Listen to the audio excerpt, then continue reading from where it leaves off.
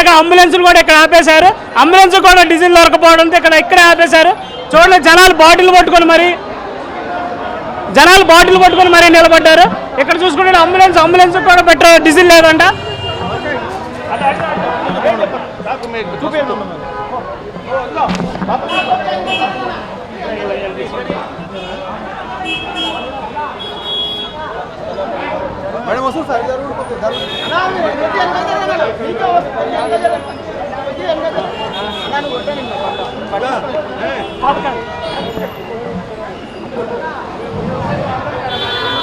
నన్ను తీసుకో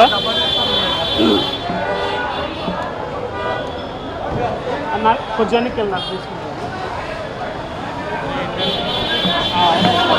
ఏంతో మాట్లాడతాం. బంకు అవును రా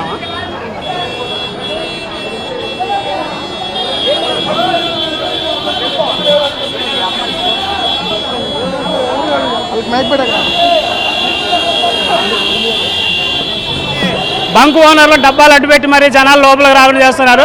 పెట్రోల్ లేదు అని చెప్తున్నారు. ఇక్కడ చూసి చెప్పండి, पेट्रोल नहीं मिल रहा, पेट्रोल नहीं है भाई गाड़ी में, पेट्रोल नहीं है. घंटे 2 घंटे से वेट कर रहे, पेट्रोल नहीं है. कब से एक्स्ट्रा ब्लैक में दे रहे पेट्रोल.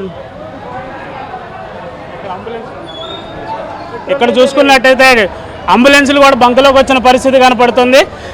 ఇక్కడ చాలామంది ఆడవాళ్ళు కూడా ట్రాఫిక్లోనే ఉన్నారు. బంకు ఓనర్ల మట్టికి సమ్మె విరమించారని చెప్తున్నారు. కానీ ప్రజలు ఏంటంటే ఇది తెలుసుకోకుండా బంకుల్లోకి ఒకేసారి ఎక్కడ పెట్రోల్ అయిపోతుందని 3 రోజుల సమ్మె ఉంది అన్న ఉద్దేశంతో ఇక్కడికి వచ్చారు. కాకపోతే సమ్మె విరమించారన్న సంగతి ప్రజలకి పూర్తి స్థాయిలో తెలియకపోవడం వల్ల చాలా ఇబ్బందులు పడుతున్నారు.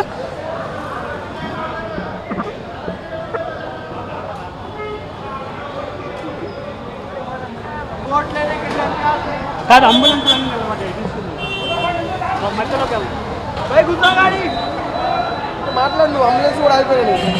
ఇక్కడ చూసుకున్నట్లయితే అంబులెన్సులు కూడా చాలా ఆగిపోయినాయి. హాస్పిటల్లో సిబ్బంది వాళ్ళు పంపించి ఉంటారు మేబీ వీళ్ళని కూడా.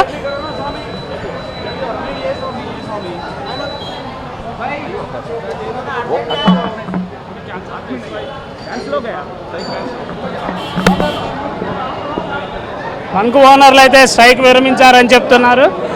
ప్రజలు ఇందాటి నుంచి పెట్రోల్ కోసం నిలబడి దానివల్ల నెట్టు ఒకరికొకరు నెట్టుకున్నారు. మేము ముందు వచ్చినాం అంటే అన్న ఏ టైం నుంచి పెట్రోల్ కోసం వెయిట్ చేస్తున్నారు అన్న? 5 నిమిషాలు అవుతుంది నేను వచ్చి, నేనైతే 5 నిమిషాలు అవుతుంది వచ్చి.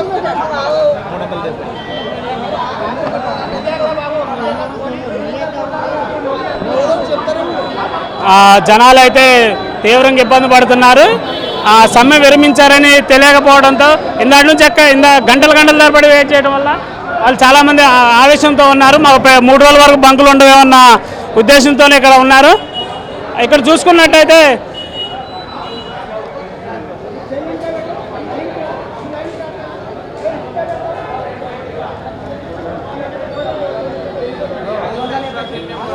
చూసుకున్నట్టయితే ప్రజలు బంకు ఓనర్లతోనూ ఎంప్లాయీస్తో వాగ్వాదానికి దిగే పరిస్థితిగా నెలకొంది.